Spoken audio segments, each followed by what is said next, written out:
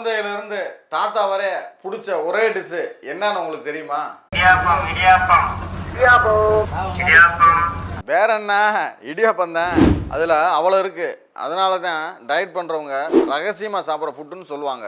அப்படி அந்த ஃபுட்டில் என்ன தான் இருக்குது அப்படி நீங்கள் கேட்டிங்கன்னா, இது எண்ணெயில் போட்டு பொரிக்காதனால, ஸ்டீமில் வேகிறனால இது ஈஸியாக ஜீரணமாகுதாங்க. இந்த இடியாப்பத்தை நீங்கள் எவ்வளோ ஹெவியாக சாப்பிட்டாலும் லைட்டாக சாப்பிட்ட மாதிரி தாங்க ஃபீல் ஆகும். இதில் குளுக்கோஸ் அவ்வளோ இருக்குது. இந்த இடியாப்பத்தை சில பேர் பாயா தொட்டு சாப்பிடுவாங்க, தேங்காய் பால் ஊற்றி சாப்பிடுவாங்க, சில பேர் சீனி தொட்டு கூட சாப்பிடுவாங்க. நீங்கள் எதை தொட்டு சாப்பிடுவீங்க? கமெண்ட் பண்ணுங்கள். இந்த இடியாப்பத்தை கடையில் தான் வாங்கி சாப்பிட்ணுன்னு அவசியம் இல்லை. வீட்டில் மிக எளிமையாக செஞ்சு சாப்பிட்லாம்.